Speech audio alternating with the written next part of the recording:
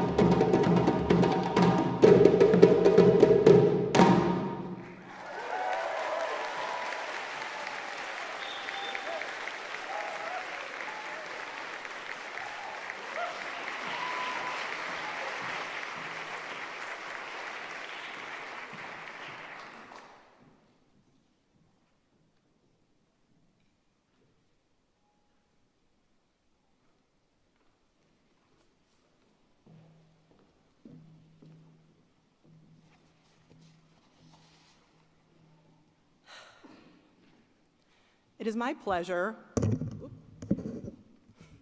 to welcome students, families, and faculty to graduation day at the GTU.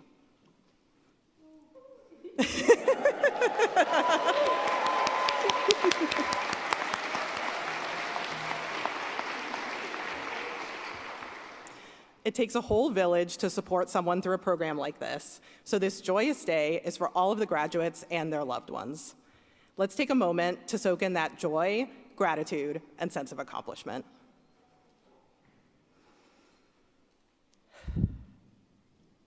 When Dean Arce asked me to share some thoughts for Invocation, I didn't have to look very far for inspiration. I was lucky enough to write my thesis on the incredible work of Octavia Butler. For those of you who aren't aware of her work, Butler was one of the first Black women to gain international fame and accolades for her science fiction and fantasy writing. Today, I would like to ground us in some reflections on her novel, Parable of the Sower. In this novel, the main character, Lauren Oya Olamina, like us, finds herself living in apocalyptic times. Lauren is a young Black woman living in a future vision of California. Poverty is entrenched, violence is everywhere, and climate change has ravaged the once beautiful landscape. The future that is imagined is especially horrific because of how many grains of truth are sown throughout. When Butler wrote the book, she saw it as the natural progression of what was already happening in the 1980s and 90s. However, through the violence and danger, Lauren has the audacity to hope. In her hope, she dreams of a new community and religion, which she names Earthseed. In it, she envisions God as the most powerful force she knows, and that force is change. She writes, "All that you touch, you change. All that you change, changes you. The only lasting truth is change. God is change." In Lauren's words on Earthseed, I see a calling for all of us. All that you touch, you change. All that you change, changes you. The call I hear is for us to be change makers, but also to never be so set in our own ways that we do not allow the world to change us.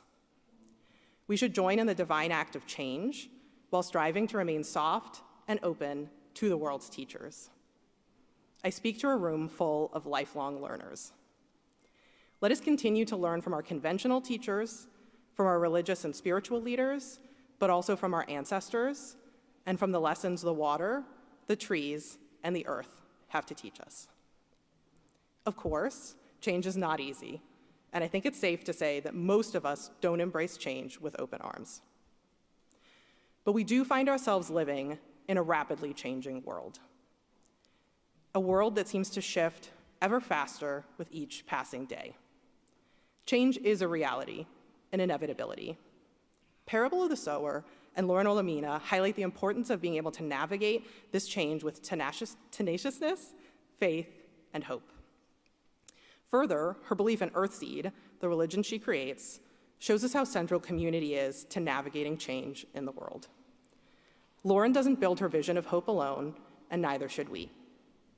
The people I've met at the GTU and the community I've built here over the past 4 years has reinforced for me the role a community has in making real and lasting change. It is not an easy world we go out to, but there are many we can learn from and lean on as we continue in our journeys. I take comfort in more of Lauren's words. We do not worship God, we perceive and attend God. We learn from God. In the end, we yield to God. We adapt and endure, for we are Earthseed, and God is change. Let us continue to learn, let us adapt and endure, and remain nimble and graceful in the face of all the world has to offer, the good and the bad. Let us continue to be the change. Thank you, and many blessings to all of our graduates and loved ones.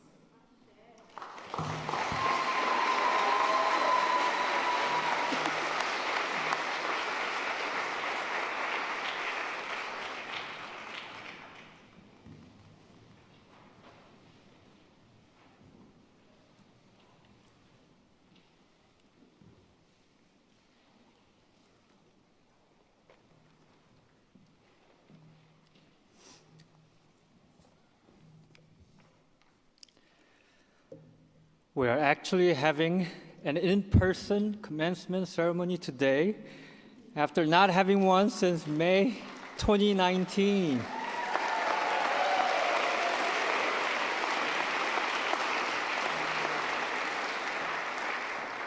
And I don't know about you, but for me, I got to start with the words from the late, great godfather of soul, James Brown, and I quote, "Whoa, I feel good. I knew that I would now. I feel good. I knew that I would now. So good, so good. I got you."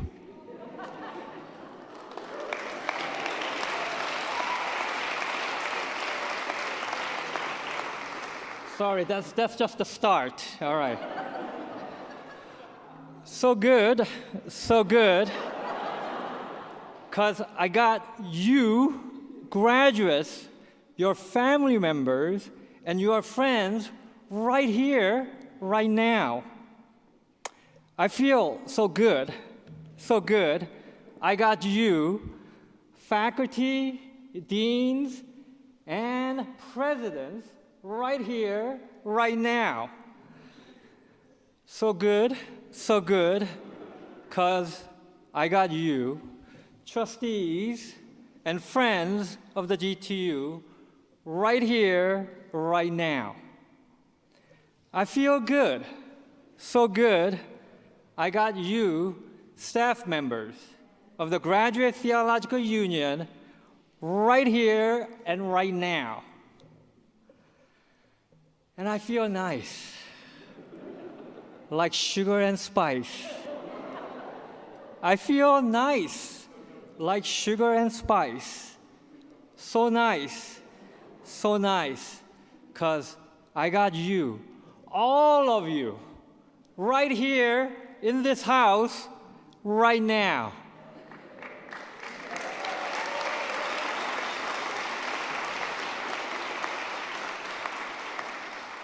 Hey, ooh yeah, end of quote.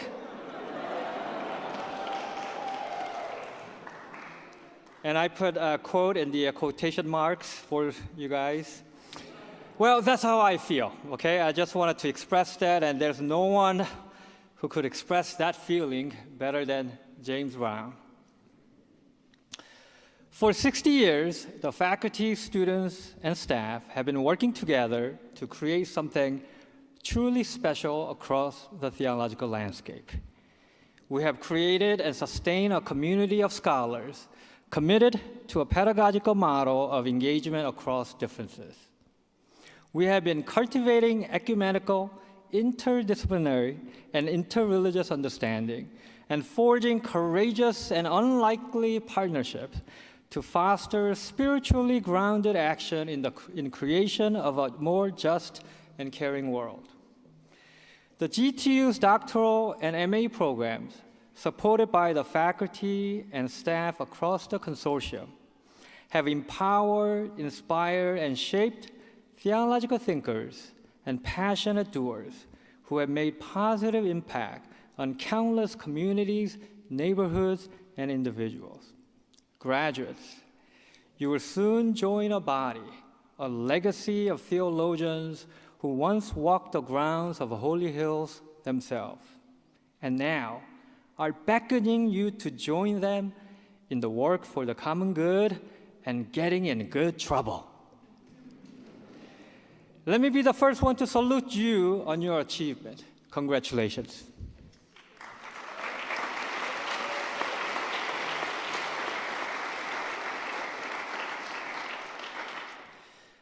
As it has been a tradition for many years, I would like to remember those who have faithfully and eagerly served this learning community of scholars for many years, but are no longer with us in the flesh.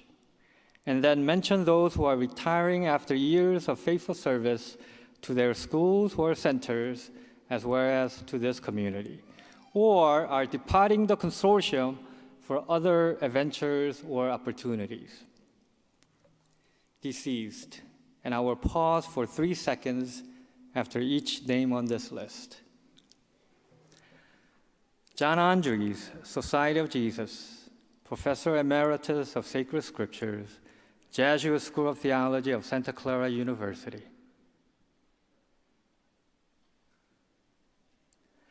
Norman Godwald, Professor Emeritus of Biblical Studies, Berkeley School of Theology.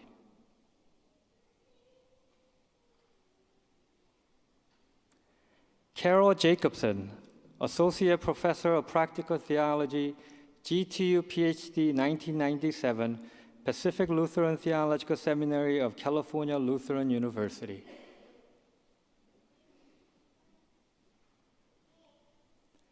Louis Weil, Professor Emeritus of Liturgical Studies, Church Divinity School of the Pacific.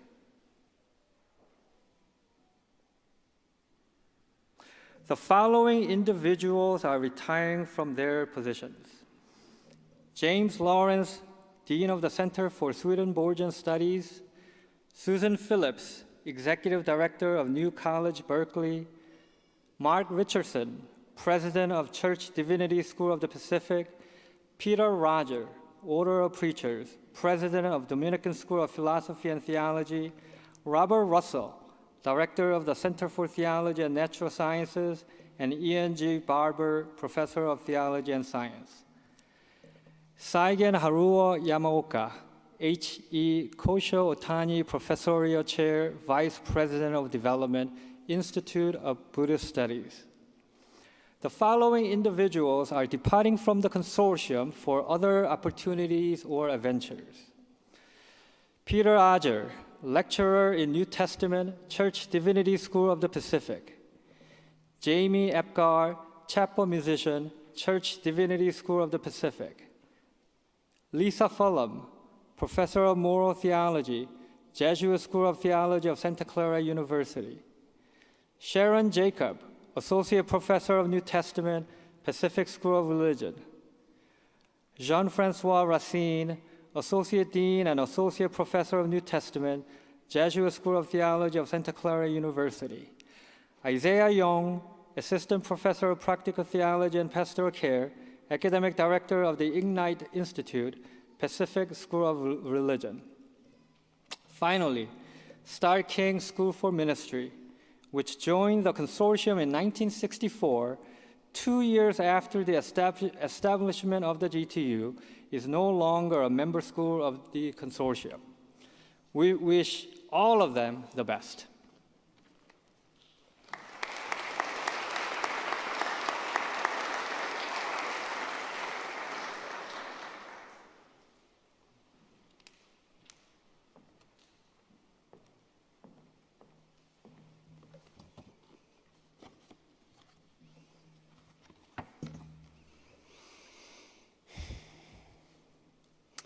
What a pleasure it is to be here, with the privilege of announcing our graduates from the class of 2022, as well as representatives from the classes of 2021 and 2020. It's certainly been a long road to this day. But to begin, it is my honor to announce the GTU Excellence in Teaching Award. Each year, the doctoral students from each of our 4 departments nominate one faculty member for the GTU Excellence in Teaching Award. The recipient of this award embodies the values of interreligious sensitivity and commitment, and interdisciplinary approach to teaching, sensitivity to ethnic and cultural diversity, and creative and effective pedagogical methods and performance. The Appointments and Review Committee of the core doctoral faculty, chaired by Associate Dean Arthur Holder, chose Rebecca Esterson for this award in 2020 and Mary McGann in 2021. Congratulations to them.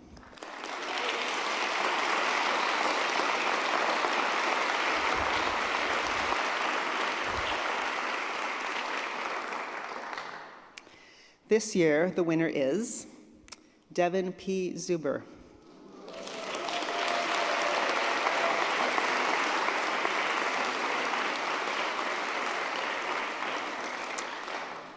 Dr. Zuber is Associate Professor of American Studies, George F. Dole Professor of Swedenborgian Studies at the Center for Swedenborgian Studies and a member of the GTU core doctoral faculty. He is not joining us today in Berkeley since he is at Humboldt University of Berlin, where he has been on sabbatical as a visiting professor of religion and literature this semester. In considering his nomination for the GTU Excellence in Teaching Award, the selection committee took note of students' high praise for Dr. Zuber's teaching and for his syllabi, which are considered masterpieces of creative pedagogy, especially the one for the course entitled City Magic or the Magic City, San Francisco Art Esotericism. Dr. Zuber demonstrates through his own example how to be a rigorous, yet open-minded and open-hearted scholar. In 2020, his book, A Language of Things, Emanuel Swedenborg and the American Environmental Imagination, was honored with the GTU's prestigious Borch-Rast Book Prize. Thank you, Dr. Zuber, for your many contributions to the GTU.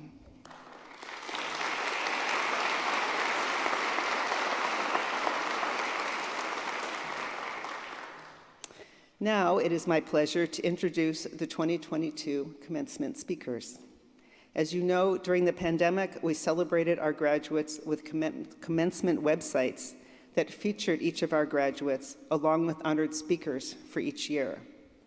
Our 2022 commencement website is still in production, but you can find each of the sites on the posted links. I'd like to acknowledge that in 2020, the Dean selected Father Michael Dodds and Dr. Johanna Juncker to be our faculty and graduate speakers. In 2021, the Dean selected Dr. Cynthia Molobita and Dr. Benna Kaleli to be our faculty and graduate speakers. I am happy to announce our graduate speaker for 2022 is Dr. Ismail Ruiz Abanza. Dr. Ruiz completed his PhD in the field of theology and ethics. A full description of his doctoral dissertation will be available on the 2022 commencement website. Originally from San Juan, Puerto Rico, Dr. Ruiz has worked as a high school educator in the San Francisco Bay Area for the past 8 years, where he has grown passionate about LGBTQ+ inclusion in the Catholic Church. His research interests lie at the intersection of Catholic ecclesiology, queer theology, sexual ethics, human rights, and education.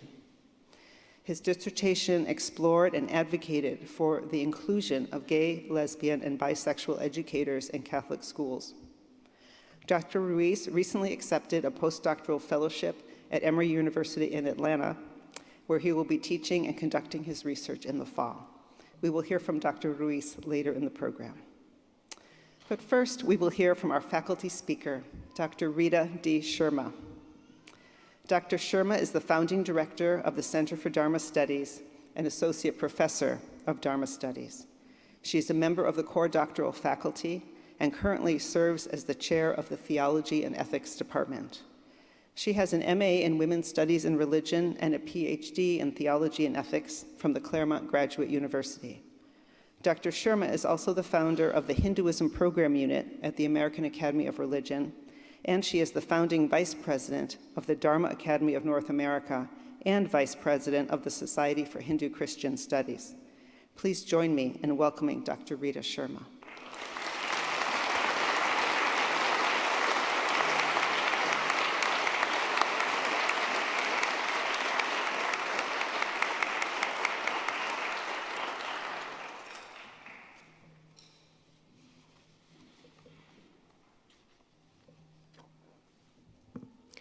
This is indeed a wonderful day, and no one could have said it better than our president.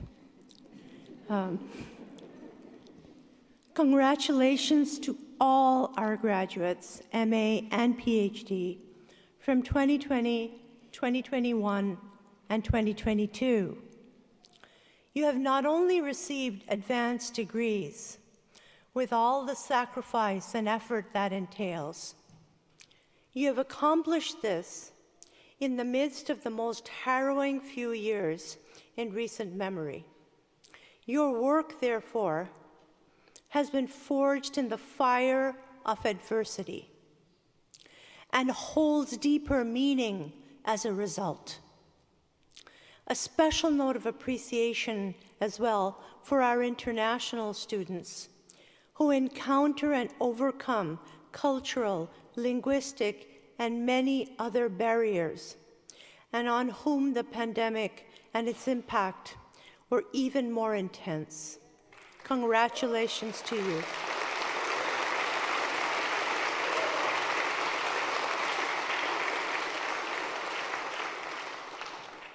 Felicitations to our doctoral students. As you receive your PhD, the highest degree conferred by the Academy, and enter into new relationships with your teachers, mentors, and advisors, we now welcome you as our newest colleagues.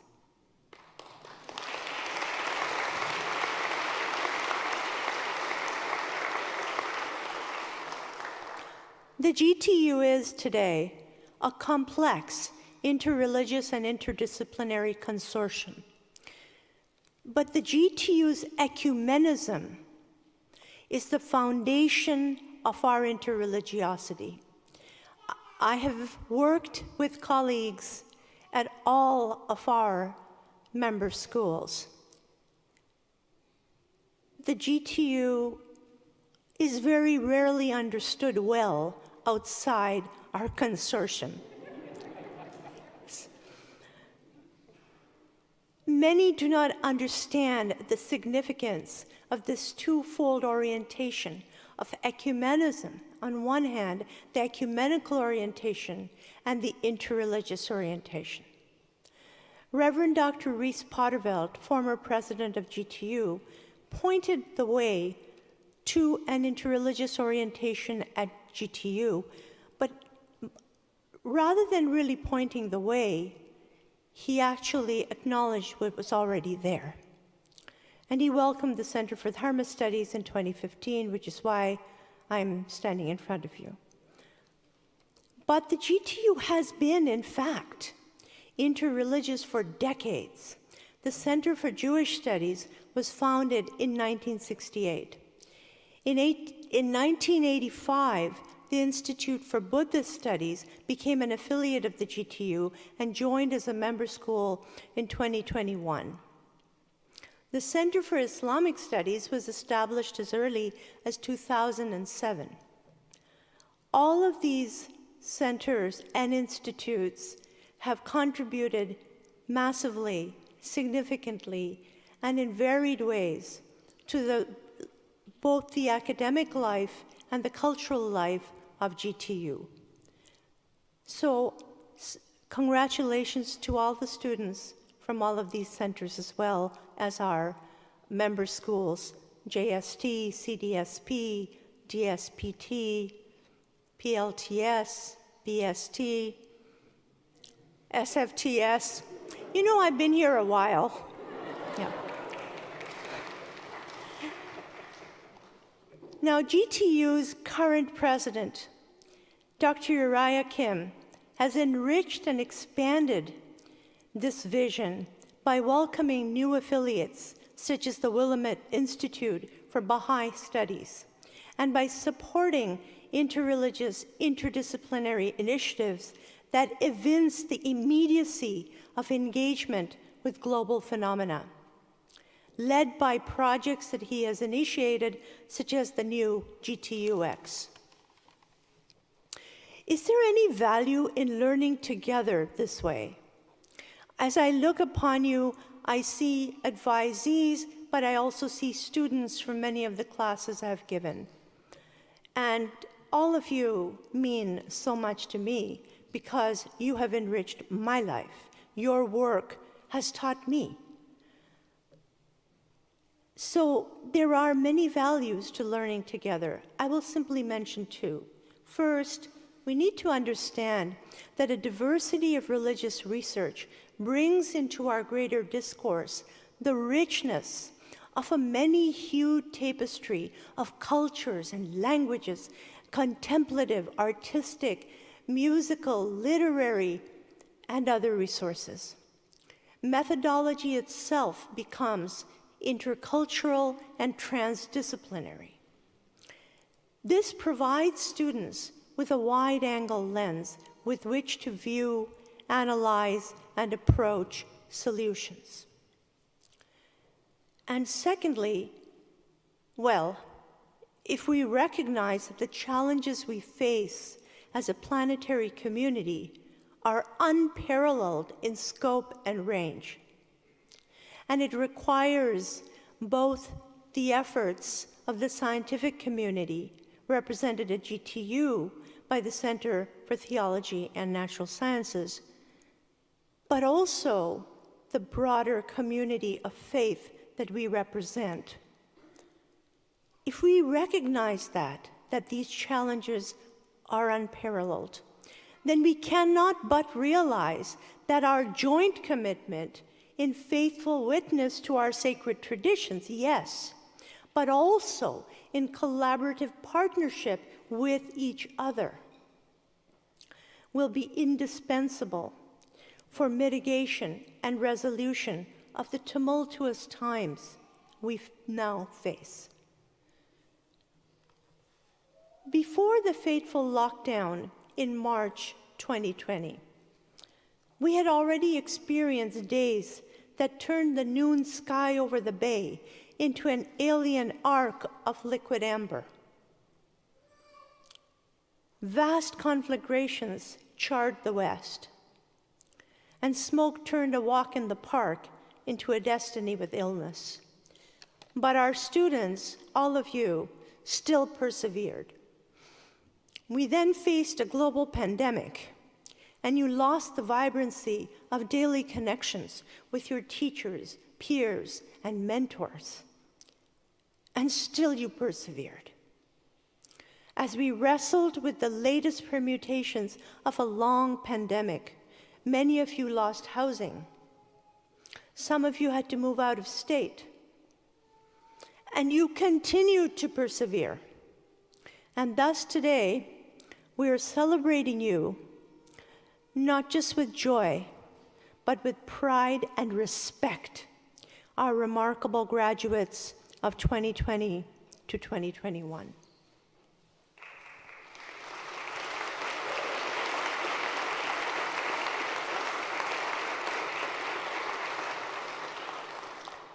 At present, we are in the midst of a great war, one that brings back memories of past horrors and threatens global economies and ecologies.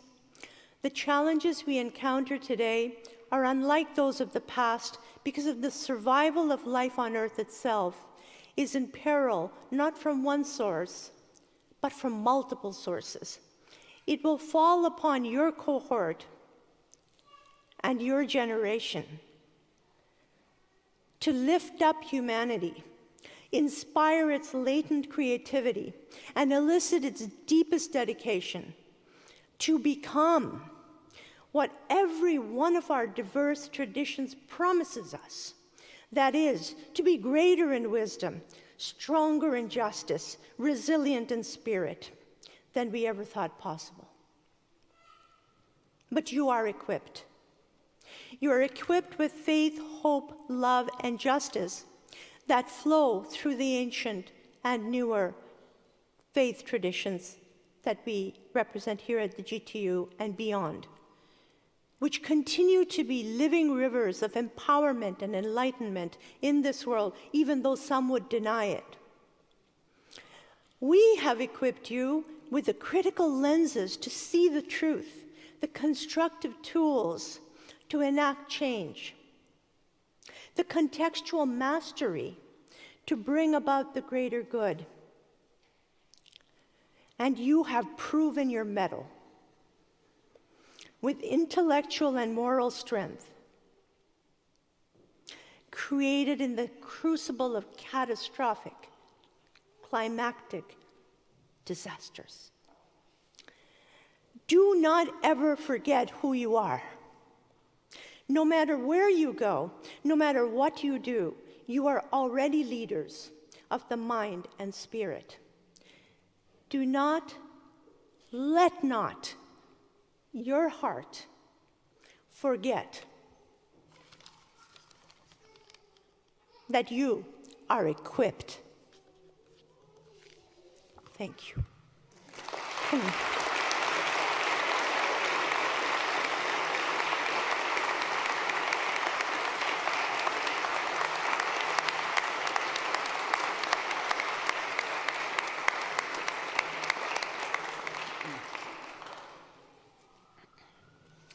Thank you so much, Dr. Sharma, for those inspiring and affirming words. And now we will proceed with the conferral of the degrees and hooding ceremony.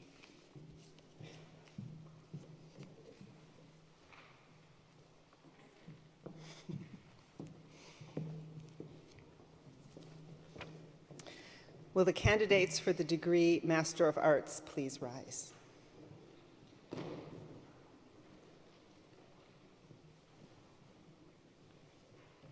Mr. Chairman, Mr. Chairman, on the recommendation of the faculty and of the deans of the Graduate Theological Union and the member schools who have certified that the candidates have completed all the requirements for graduation, I present to you the candidates for the degree of Master of Arts.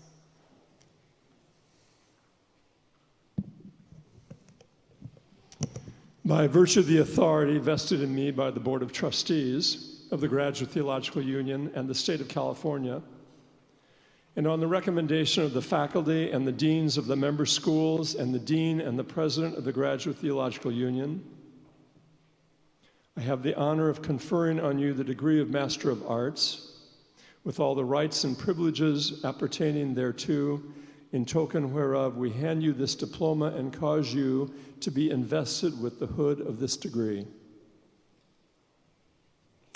The candidates for the degree Master of Arts may be seated.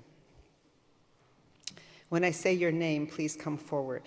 Guests, please hold your applause until after I read the name of the faculty member who will hood. From the class of 2020, Joseph Schumann. Arising, ceasing, hegemonic masculinity, complicated grief, and mindfulness-based cognitive therapy. Institute of Buddhist Studies. Daijaku Judith Kinst, coordinator. Dean Mitchell will hood.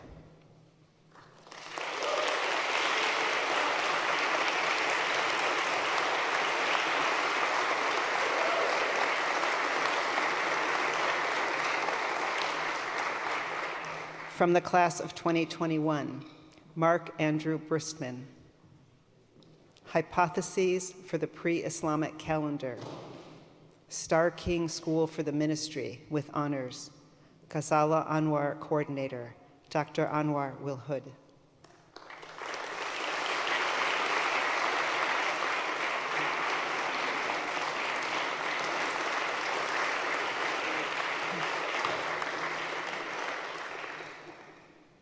Catherine Van Gilder Dickinson. Range of chaplain engagement with prisoners. Pacific School of Religion. Aaron Brody, coordinator. Associate Dean Arce will hood.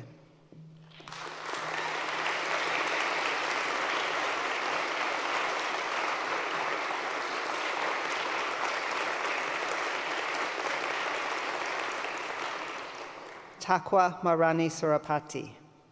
Human Suffering in Perspective, Understanding Islamic Teachings on Life and Death, Center for Islamic Studies. Kamal Abu Shamsia, coordinator. Dr. Abu Shamsia will hood.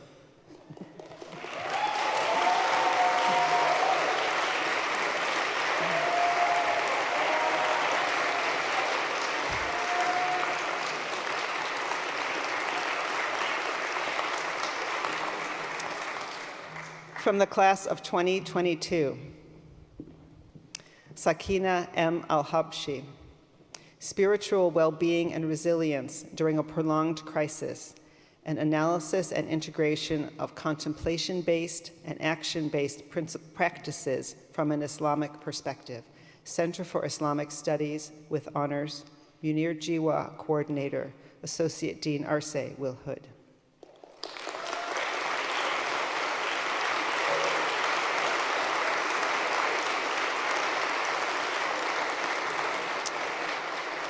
Derek William Eldridge. Anarchic Order, a Christian anarchist vision of pastoral authority in Episcopally ordered churches. Church Divinity School of the Pacific. Scott McDougall, Coordinator. Dr. McDougall Will Hood.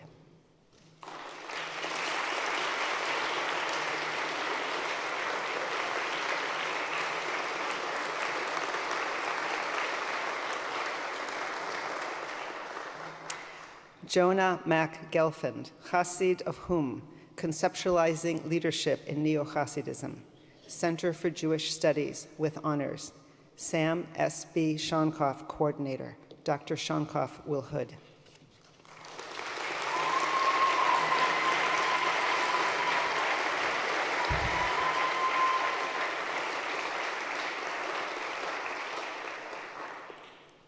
Susan Garcia Jones. There are Black people in the future.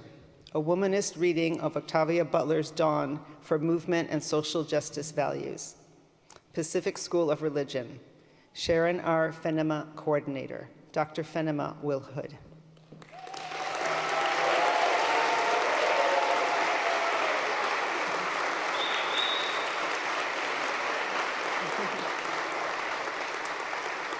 Mark E. Levin.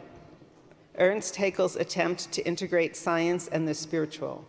Graduate School of Theology, University of Redlands. Wendy Farley, Coordinator. Dr. Shonkoff Will Hood.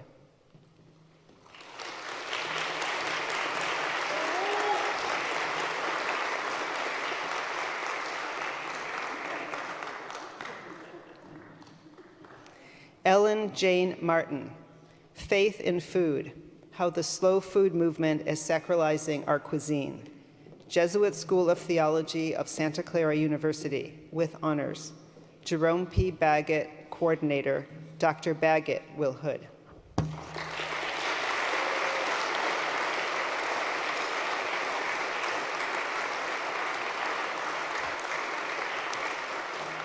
Daniel Garner Tate.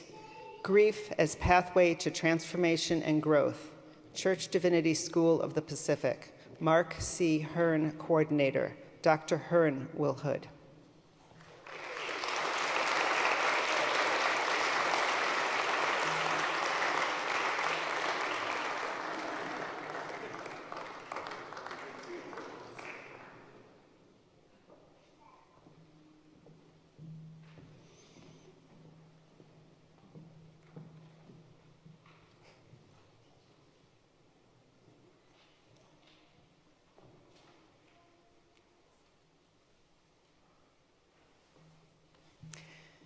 Will the graduates who have earned the degree Master of Arts please rise and face the assembly? Let us extend our congratulations.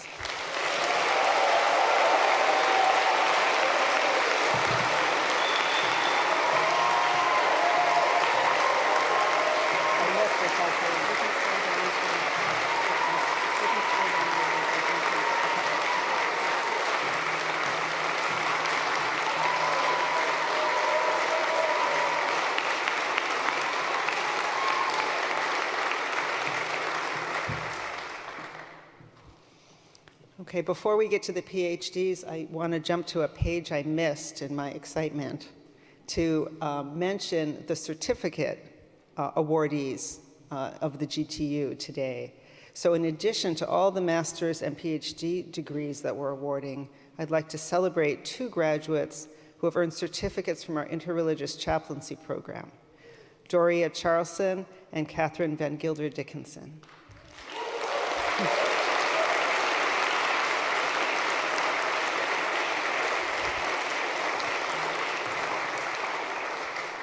And I also want to announce 4 who have completed our online interreligious studies certificate: Limor Blockman, Jared Morisco, Patricia Paulson, and Tommy Snell. So congratulations to all our certificate holders. Thank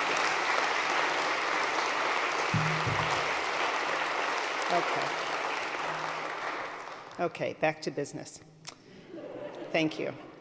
Will the candidates for the degree of Doctor of Philosophy please rise?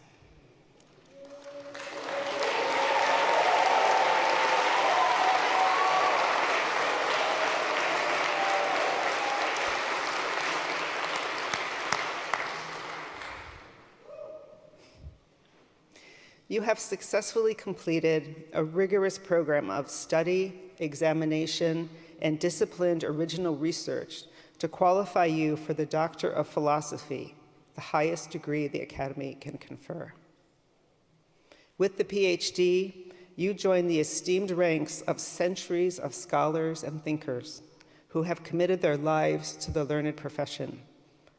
Along with its rights and privileges, the PhD carries with it responsibilities, a commitment to learning, to the pursuit, profession, and transmission of truth, and to the advancement of human and humane civilization. Since your PhD is in the field of theological and religious studies, you are trained and commissioned to serve religious communities, the academy, and society by bringing to bear your critical acumen and scholarly inquiry to issues facing religion and society. In theological terms, you are called to be a prophet, a courageous critic and speaker of truth, a rabbi, a scholar and transmitter of sacred traditions, and a hermeneut, an interpreter of heritage in changing times. We send you forth with great pride and high expectations, with the hope that you will have the wisdom and the courage to use your intellectual gifts always for the highest purposes. Mr. Chairperson, on the recommendation of the core doctoral faculty who have certified that the candidates have completed all of the requirements for graduation, I present to you the candidates for the degree of Doctor of Philosophy. By virtue of the authority vested in me by the Board of Trustees of the Graduate Theological Union and the State of California, and on the recommendation of the core doctoral faculty, the Dean, and President of the Graduate Theological Union, I have the honor of conferring on you the degree Doctor of Philosophy, with all the rights and privileges appertaining thereto, in token whereof we hand you these diplomas and cause you to be invested with the hood of this degree. The candidates for Doctor of Philosophy may be seated.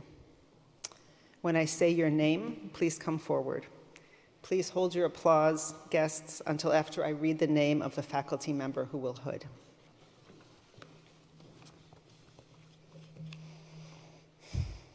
From the class of 2020, Kamal Akram Abu Shamsia, end of life care and Islamic practical theology, a case study, the dying experience of Prophet Muhammad, interdisciplinary studies. Herbert Anderson, coordinator. Dr. Anderson will hood.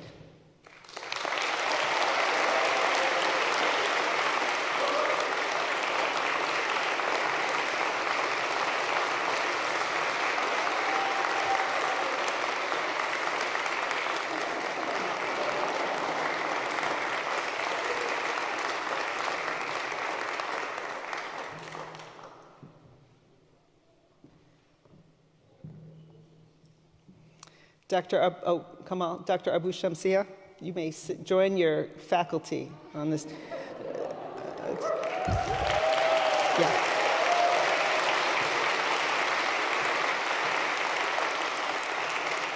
For those who don't know, Dr. Abu Shamsia is already serving as faculty at the GTU, so he needs to change seats right now. Okay. Johanna Agra Juncker, Unsettling the Landscape, Representation, Appropriation, and Indigenous Aesthetics in the Land Art of the American Southwest, Art and Religion. Devin P. Zuber, coordinator. Dr. Baruch will hood.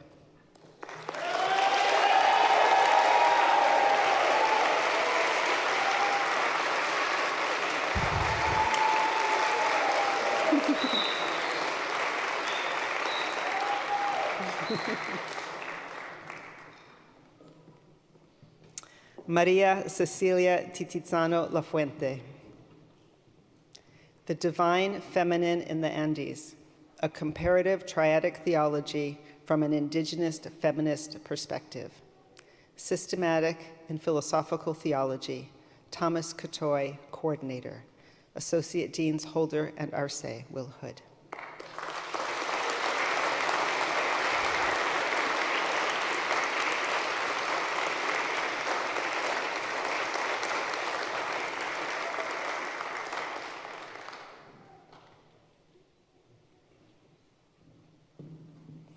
Now from the class of 2021, Kojin Bohanik, Process and Dialectic in Hindu Thought, Gaudiya Vaishnava Systematic Theology and Ethics, Historical and Cultural Studies of Religion, Rita D. Sharma, Coordinator, Dr. Sharma, Will Hood.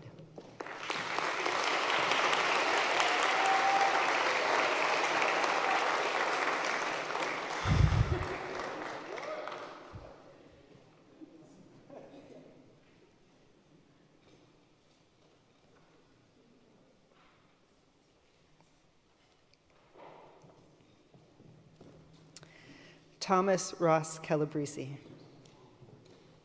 Beyond Belief, How a French Text on Indian Buddhism Changed American Culture.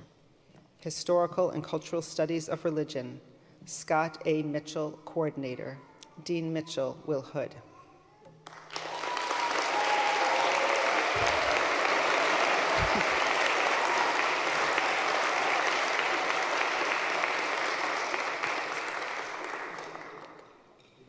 Okay.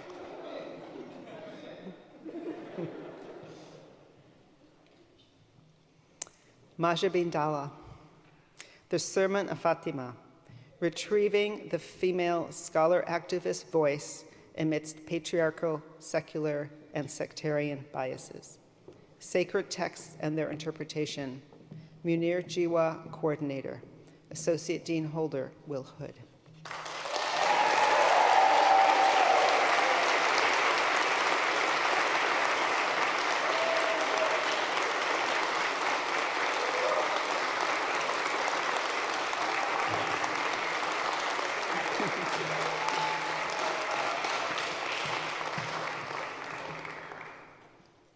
And Dr. Dalla, if you could please join your fellow faculty members on the stage. Thank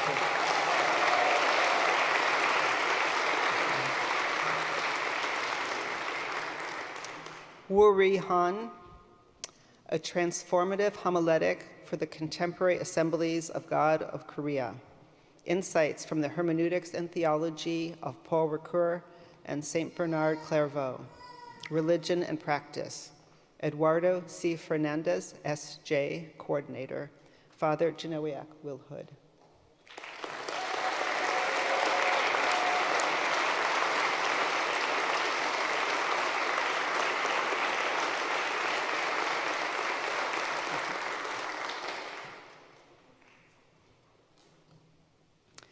Cheryl Heather Elizabeth Johnson. All the believers had everything in common. Acts 2:44. Ecclesial Economic Ethics in North American Mainline Protestant Churches. Theology and Ethics. Cynthia Mo Lobita, Coordinator. Dr. Mo Lobita, Will Hood.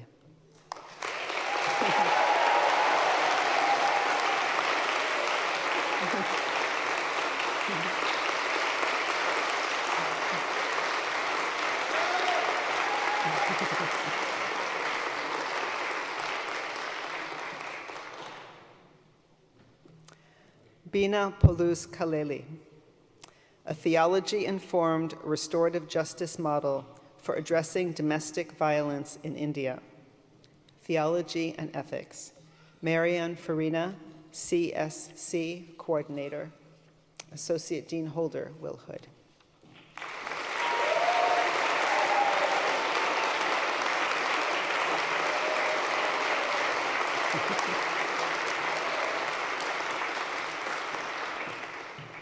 Mariska Lauterbom, Decolonizing Christian Religious Education through a Ritual-Based Visceral Pedagogy in Maluku, Indonesia. Religion and Practice. Eduardo C. Fernandez, S.J., Coordinator.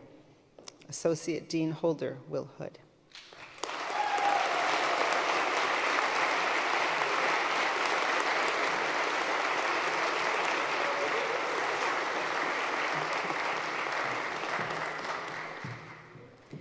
Ki Wook Min. Eschatological Trinity and the Contemporary Sciences, a Trinitarian Understanding with Quantum Physics and the Special Theory of Relativity. Systematic in Philosophical Theology. Robert J. Russell, Coordinator. Dr. Russell Will Hood.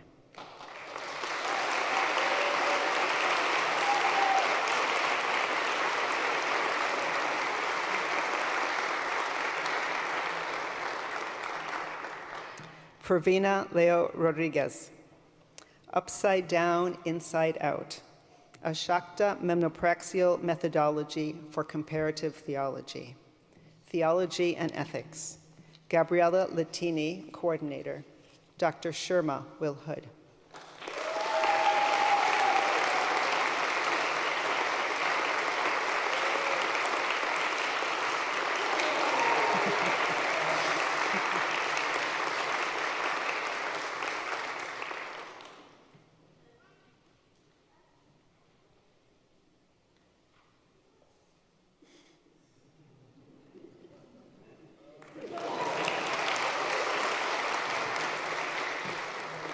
Kristen Gill Stoneking. A Multi-Faith Pedagogy for Peace. Experiential learning in multi-faith residential communities through comparative theology and nonviolence. Interdisciplinary studies. Judith A. Burling, Coordinator. Dr. Burling Will Hood.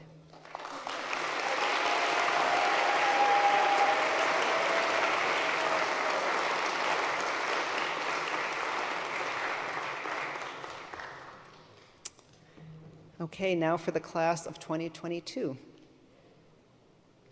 Ki Do An, Uri Sung, Wee Nis, Approach of Pastoral Care for Korean Immigrant Converts to Christianity, exploring the evolution of the Korean concept of self through experiences of immigration to the United States and conversion to Christianity. Interdisciplinary studies.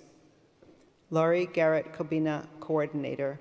Dr. Garrett Kobina Will Hood.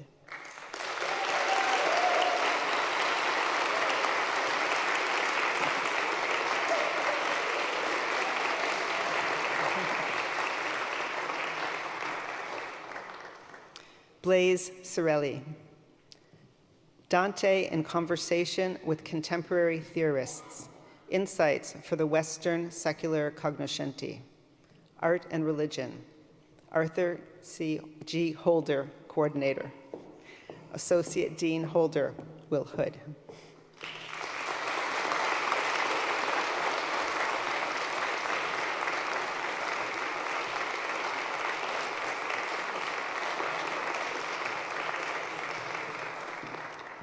Kelly Marie Caldwell. Co-creating virtual community.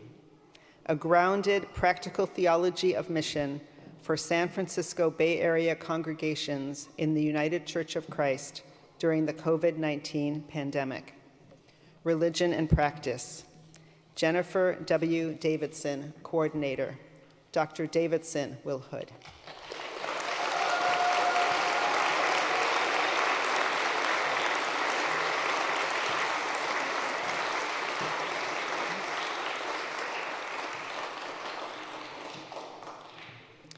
Bright Singh David. Economic Trinity and Emergent Complexity, Dynamic Relationality within the Divine Life, Systematic and Philosophical Theology, Ted F. Peters, Coordinator, Dr. Peters Will Hood.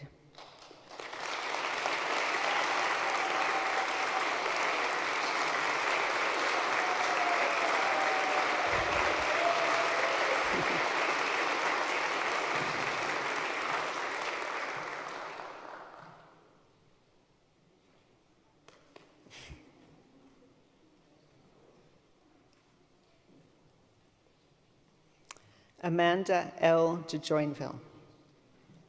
Earthly vessels, heavenly bodies. Transformative processes underlying ancient wall painting and analytical psychology. Art and Religion. Thomas Catoy, Coordinator. Dr. Baruch Will Hood.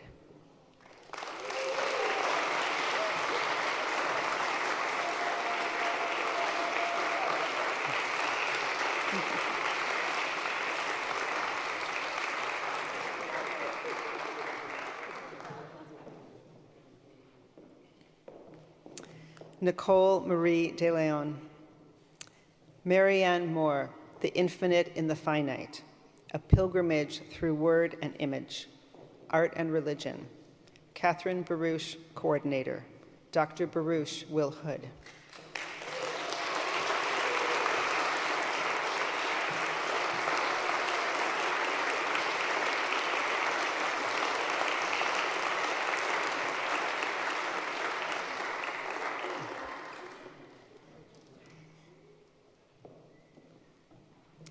Laura Malia Dunn.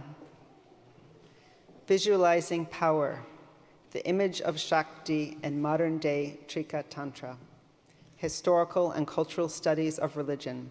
Rita D. Sharma, Coordinator. Dr. Sharma Will Hood.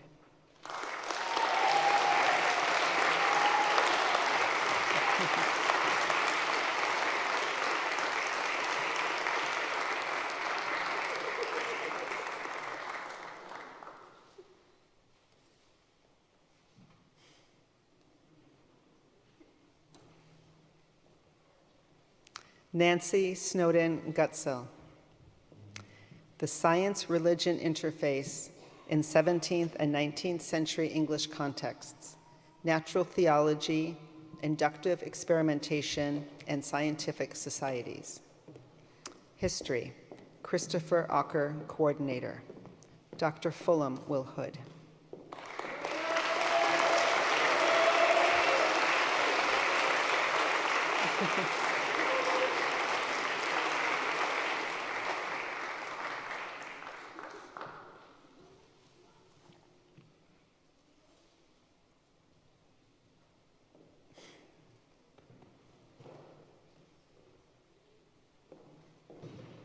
Usma Fatima Husseini.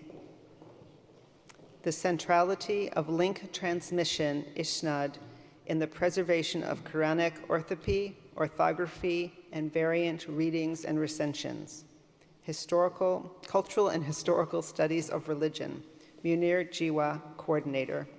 Associate Dean Holder Will Hood.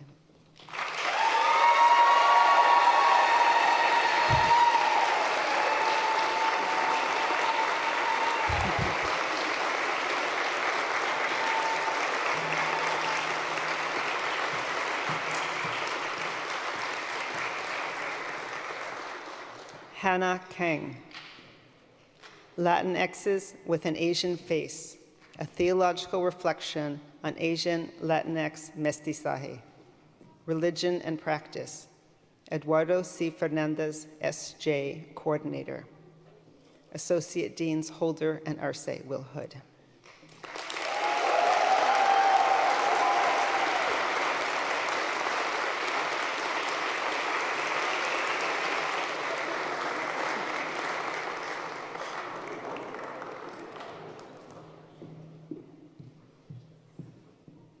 Ji Yong Ko. Destruction and Creation ex nihilo. Mary of Bethany's and Marjorie Kemp's Spiritualities of Nonconformity from the Perspective of Lacanian Ethics of Desire. Christian Spirituality. Arthur G. Holder, Coordinator. Associate Dean Holder Will Hood.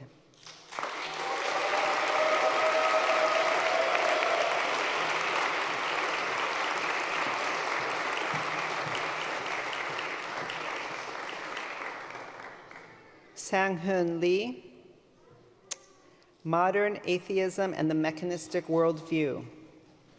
Understanding the rise of modern atheism in relation to the development of the mechanistic worldview. Theology and Ethics. Michael J. Dodds, O.P., Coordinator. Father Dodds Will Hood.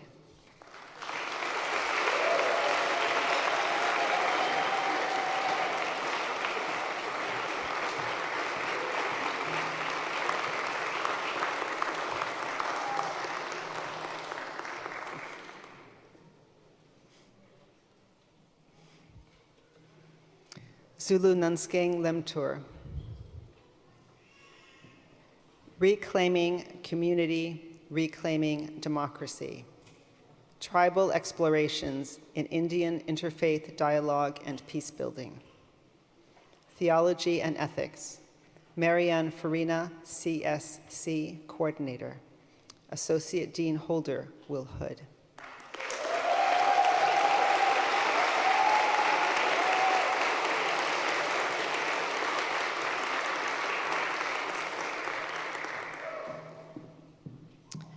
Kai Daniel Moore. The Scandalous Body of Christ. Flesh, Power, and the Queerness of the Cross. Theology and Ethics. J. Emerson Johnson, Coordinator. Dr. Blake Will Hood.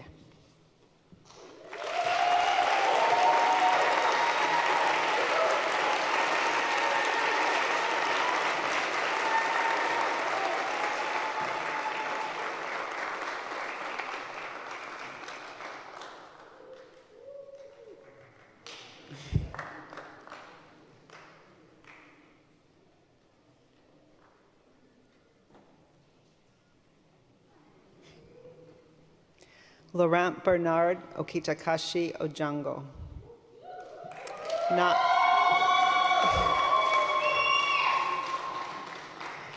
Not a slave, but a beloved brother in the flesh and in the Lord. The construction of koinonia space and the letter to Philemon. Sacred texts and their interpretation. Jean-Francois Racine, Coordinator. Associate Dean Racine Will Hood.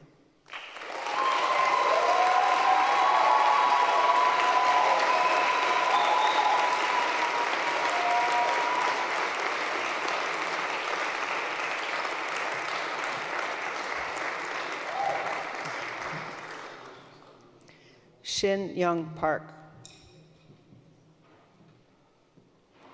From Abyss to Glory, a theo-aesthetic inquiry into the self and the other, and a response to postmodern nihilism.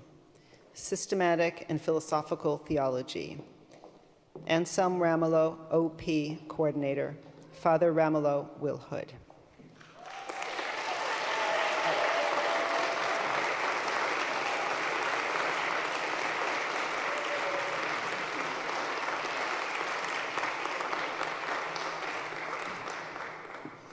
Ismael Ruiz Abanza.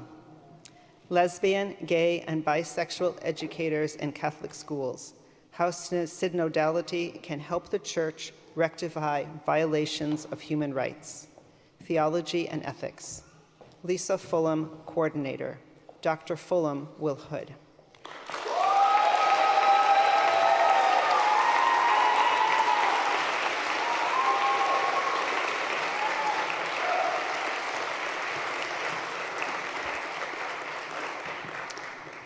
Eric J. C.S. The blood of Christ as a ritual detergent. Romans 3:24-26a, through the lens of the purification offering of Leviticus. Biblical Studies. Barbara Green, OP Coordinator. Dr. Green Will Hood.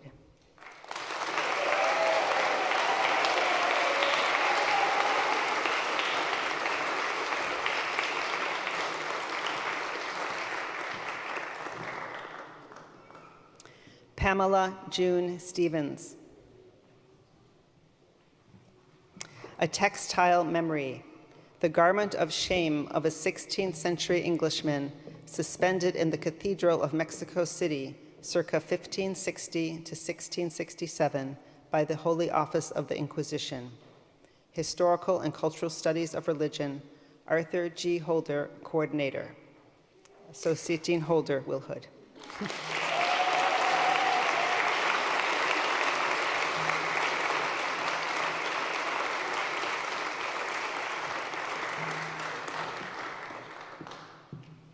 Colette L. Walker. The mystical utopian turn in modern art, spiritual, social, and transcultural dimensions in the work of Arthur Wesley Dow, Johannes Itten, and Rabindranath Tagore. Art and Religion. Devin P. Zuber, Coordinator. Dr. Baruch Wilhood.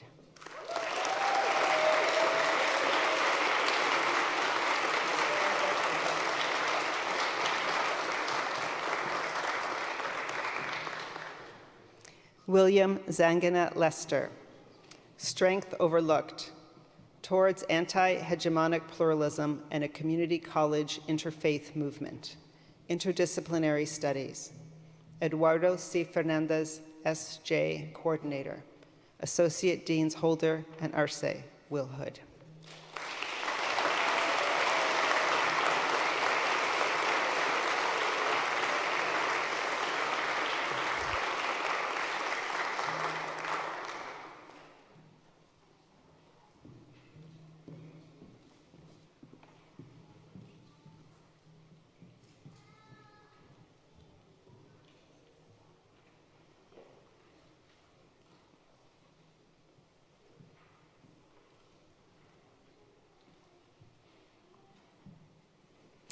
Will the graduates who have earned the degree Doctor of Philosophy please rise and face the assembly?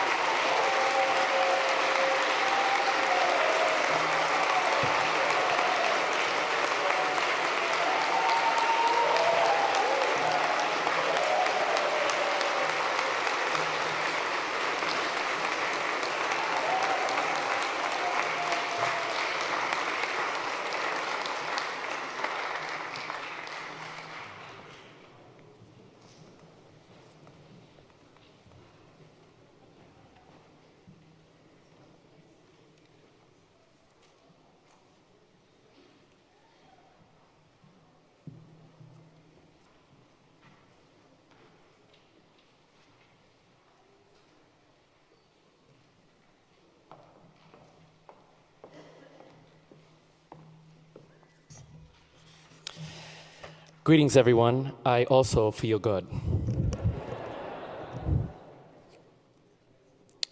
Thank you, President Kim, Chairman William Glenn, Dean Peña, Associate Deans Holder and Arce for inviting me to offer this commencement address.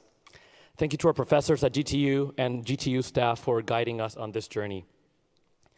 I'm also grateful to my family for coming here all the way from Puerto Rico. Los amo con todo mi corazón. And as a gay man, I'm also blessed with a chosen family, which is also here. So I thank my friends for the love and support you have given me throughout these years. Thank you.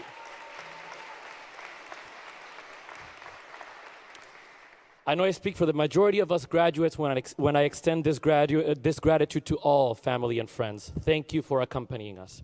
And finally, to my fellow graduates, congratulations. I am so grateful to you too. Thank you for being here. This time at GTU has been an adventure. I have been a high school teacher while taking courses at GTU, so I usually taught a full day of classes in San Francisco before hopping in my car, rushing over the Bay Bridge, and getting to class a few minutes late every single time. On the drive over, I'd usually be listening to something, maybe an audiobook version of an assigned reading, or a YouTube video reflecting on an assigned reading, or a podcast. Actually, most of the time, I was just practicing my go-to karaoke songs. More of a Ricky Martin guy, sorry, President Kim. But then I'd arrive at GTU, engage in class, and on the drive back, I would drive back in absolute silence, just taking everything in. Each one of these courses was immensely transformative. However, I want to share one class session that significantly shaped my worldview, and this was Professor Marianne Farina's class on power. I had discussed the concept of power in many classes at GTU. Most of these explored a Marxist account of repressive power. But in this class, we talked about a different kind of power, the power of ideas. For that class session, we had read Michel Foucault's take on power as a normalizing force deployed through the use of language. In his view, real power consisted in having the knowledge and the ability to discursively craft what would be considered to be either normal or not normal. Of course, once society determines what the norm is, it would then move to establish structures to reinforce and preserve it. And we can see this form of power exercised throughout society. Some people are in, accepted, good, and ordered. Others are out, repudiated, depraved, and disordered. And we know what happens to each group. This was a great class discussion, and on that silent drive back from class, I came to a profound realization, which is this: theology is very powerful. Theology can craft those ideas about what is normal. And no matter what your major was at GTU, we all discussed two theological questions in our programs. Who is God? And most importantly, who is God to us? These questions seem at first theoretical and esoteric, way up there. But the truth is that the way we answer these questions is powerful because it translates into doctrine, devotional practices, culture, and public policy. Theology is powerful. As a Catholic theologian, I've seen my church wield this power in wonderful ways, from the pulpit and in the public sphere, by supporting the plight of immigrants, the dignity of the poor and vulnerable, and the preservation of our planet, among other things. In fact, this is why I chose to become a Catholic theologian. However, I've also seen Catholic theology serve to historically justify slavery, the subjugation of women, and the exclusion of my LGBTQ+ community. In these cases of exclusion, how the Christian community has historically conceived of God has also guided how we conceive of and relate to others.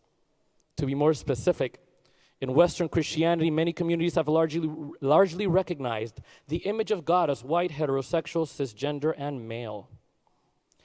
And this image of God has led those communities to consider some people to be made more in the image of God than others. Last semester, I was teaching a college class at the University of Dayton, and we were discussing different accounts of the image of God when I proposed to my students that God might be a black transgender lesbian. I saw some of my students' eyes grow wide open, and I asked them why that would surprise them. Which of the designations shocked them? Blackness, transness, womanness, or lesbianness? Without a doubt, my students had a singular, rigid conception of God, and therefore struggled seeing God in the face of someone who did not fit that vision. That was the power of the theology they had been taught. In response to these theologies, Father Brian Massengale states, and I quote, "We have to rethink God. We have to get this false God out of our heads. That God is an idol, a human construct made to justify exclusion and injustice," end quote. So our world is in need of a new powerful theology. So who is God, and who is God to us? Well, although we all have different powerful answers to this question, I'll take the opportunity to make a personal, controversial proposal. I think God is queer. And I'm not saying that to be provocative. Well, maybe a little bit.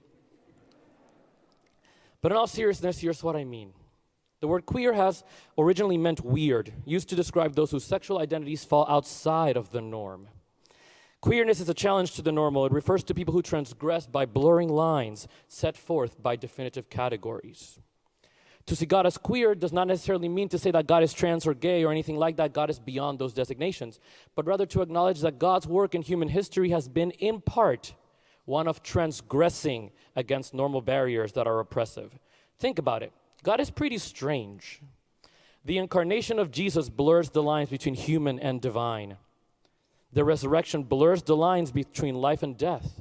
The Beatitudes are baffling. Pentecost is essentially a coming out of the closet of the upper room to radically transform the world. And don't even get me started on the woman that is both virgin and mother. Patrick S. Cheng further characterizes this queer God as radical, transformative love. A beautiful image. Theology is powerful. And learning about the queer God at GTU empowered me to reclaim the power of my queerness to reframe my work as a theologian. I realized that on many of those silent drives back from class, I was actually deconstructing the idolatrous belief in a God that was oppressive to me and to many others. In its place, I reconstructed a new understanding of the queer God who made room for someone like me in this world. Theology is indeed powerful, and thankfully it is a power we all now wield. Those of us who are graduating from GTU now have a new language and new tools to help those we minister realize that they are all made in the image of God, and that God's image is so queer that it makes room for every single one of us. If we can... Thank you.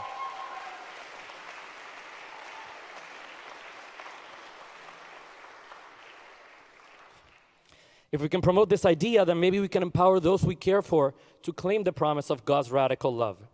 If queerness is the new normal, maybe closeted gay boys in Puerto Rico would not have been taught that there's something wrong with them. Maybe Russian religious leaders would not use theology to invoke an act of war to cleanse the Ukraine from social deviance. Maybe women would be priests in the Catholic Church. Maybe gay kids in Florida can say the word gay in their schools. Maybe we will see more Black, brown, and Asian images of Jesus throughout the U.S. Theology is powerful. So I ask you, how will you present God to those entrusted to your care once you leave the GTU?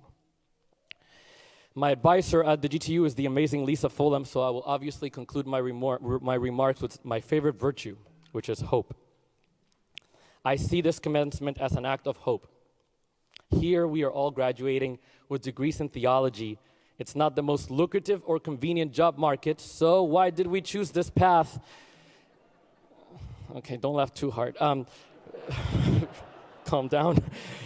Why did we choose this path if not because we have hope that God, or should I say the queer God, is working through us to radically transform our world? We are agents of hope because now we can wield the power of theological ideas. May we exercise it in a way that upholds the dignity of everyone, especially the most vulnerable. And to that end, I leave you with the words of Harvey Milk. Remember that the young gay people, the only thing they look forward to is hope. And you have to give them hope. Hope for a better world, hope for a better tomorrow, hope for a better place to come if the pressures at home are too great. Hope that all will be all right. Without hope, not only queer people, but Black people, elderly people, disabled people, the us's will give up. But hope will never be silent. And you have to give people hope. You have to give people hope. You have to give them hope. Thank you.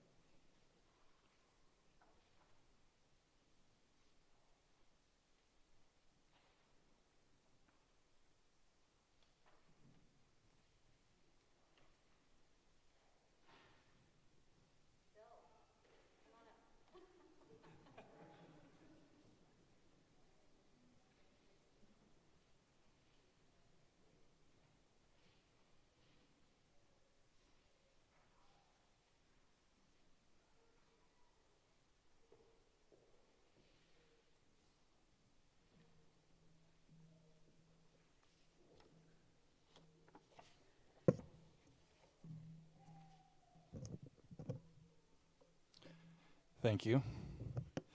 Just caught up thinking about that. Thank you so much for that. That was beautiful. So, as we reflect on our graduation, I can't help but reflect on the long journey that led up to this moment. And I invite you, my fellow graduates, to do the same. What was the spark that ignited your journey, the one that brought you here today? This question is important because the outcome of your program of study is not necessarily your dissertation. It's not necessarily your thesis. It's not necessarily even your degree. It's you. My journey began when I was a community college student during the tragic events of 9/11. That semester, I was on a particularly urgent existential search for meaning in my life. I was working during the day, also making that long commute. So I enrolled in every single philosophy course that was offered in the evenings. When I got to class after the tragedy took place, I wasn't prepared for what awaited me there. As the class began, several white male students the majority demographic in this particular philosophy class, began talking loudly and disruptively amongst themselves, saying that the professor, who was from Iran, looked like the terrorists on the news. They interrupted the class and asked the professor whether or not he was Muslim. He answered, yes. The students responded by asking the instructor, are you friends with Osama bin Laden? Why don't you go back to where you came from? I was horrified by what I was seeing. This was my favorite class and my favorite professor. Yet I also had a sinking feeling. What did I really know about Islam or Muslims? I didn't know how to respond, so I regrettably remained silent. As shocked and confused as I was by what was happening, I was even more surprised by what happened next. Rather than ejecting the students from the class, which is probably what I would have done, the instructor invited us all home for dinner. He said he wanted us to experience his culture, his food, his music, and ultimately his Muslim faith. So that Friday night, myself and about half of the class made our way to this professor's home. His entire family was there. They made traditional Persian dishes. They played music from traditional Persian instruments. The musicians all took turns singing from the Quran. Throughout the night, I was struck by how openly they shared their faith and sense of community with complete strangers. Where did they find the strength to meet public animosity with so much openness and love? I experienced a deep sense of what I believe Barbara Brown Taylor would call holy envy. When we returned to class on Monday, we asked, why was the experience of Islam that we had on Friday so different than the experience and so different than what we're seeing on the news? This paradox gave rise to new questions in our class. What are the other chapters in the story of religion that I was missing? How can I learn more about the way that faith is visibly and invisibly interwoven into our lives, our communities, and our society? This experience of a public encounter with religious diversity, of building relationships across lines of religious difference, is what started me on the long path to the GTU, my dissertation, and ultimately to today. Harvard's Diane Moore reminds us that one of the great ironies of the United States is that although we are among the world's most religiously diverse democracies, we're also among its most religiously illiterate. Today, as when I was an undergraduate, the role of religion in public life can no longer be ignored, as evidenced by the events of August 2017, when white supremacists converged on Charlottesville chanting, "Jews will not replace us." In 2020, the Anti-Defamation League reported that the American Jewish community experienced the highest level of anti-Semitic incidents since tracking began in 1979. On January 6th, 2021, America witnessed an insurrection at the Capitol where religious symbols and objects of white Christian nationalism were prominently on display for all to behold. And even more recently, we are witnessing the oppression of our LGBTQIA+ community members and women, all being carried out in the name of faith. Today, as when I was an undergraduate, there is an urgent need to equip our religiously diverse American public with the skills and opportunities for constructive civic engagement across lines of religious difference. When I ask myself, who can we turn to for leadership and guidance in this tumultuous moment, I'm reminded of a story. Faridin Attar's Conference of the Birds. In this story, every species on the planet recognizes that they have a king or a representation of God. But the birds are mourning because they do not have one. But the hoopoe bird stands up and says, actually, we do have one. It's called the Great Simorg. The hoopoe convinces this diverse array of birds to go on this arduous journey across 7 mountains and valleys to meet with the Great Simorg. And when they finally get there, what they see is a reflection of themselves in a shimmering mirror. Ibu Patel reflected on the story recently, saying, perhaps one of the fundamental lessons here is that when a diverse group makes a journey together, it becomes a community. And that is a reflection of God. That is sacred. And this is the quest that we have undertaken in the United States. We are a nation founded on a belief that people from different religions can come together and build a country. Similarly, the GTU is a place where scholars and practitioners such as yourselves have gathered from across the world's great religions to study your own and other traditions collaboratively. Like the birds in Attar's poem, we here at the GTU are a diverse group making a journey together, constructing community along the way. And not just any journey. As the GTU mission states, we are guided by a commitment to embodying critical thinking, ethical frameworks, compassionate values, and the spiritual foundations necessary for building a more just, more peaceful, and sustainable world. Just as the birds in Attar's story went on a journey in search of an answer to their questions, so too have you all. But as I said when I began, the outcome of your academic journey is not your dissertation, it's not your thesis, it's not even your degree. Look into the shimmering mirror. The outcome is you. And if this seems a bit daunting, remember my story about a professor who used his platform to respond to animosity by reaching across lines of religious difference with openness and love.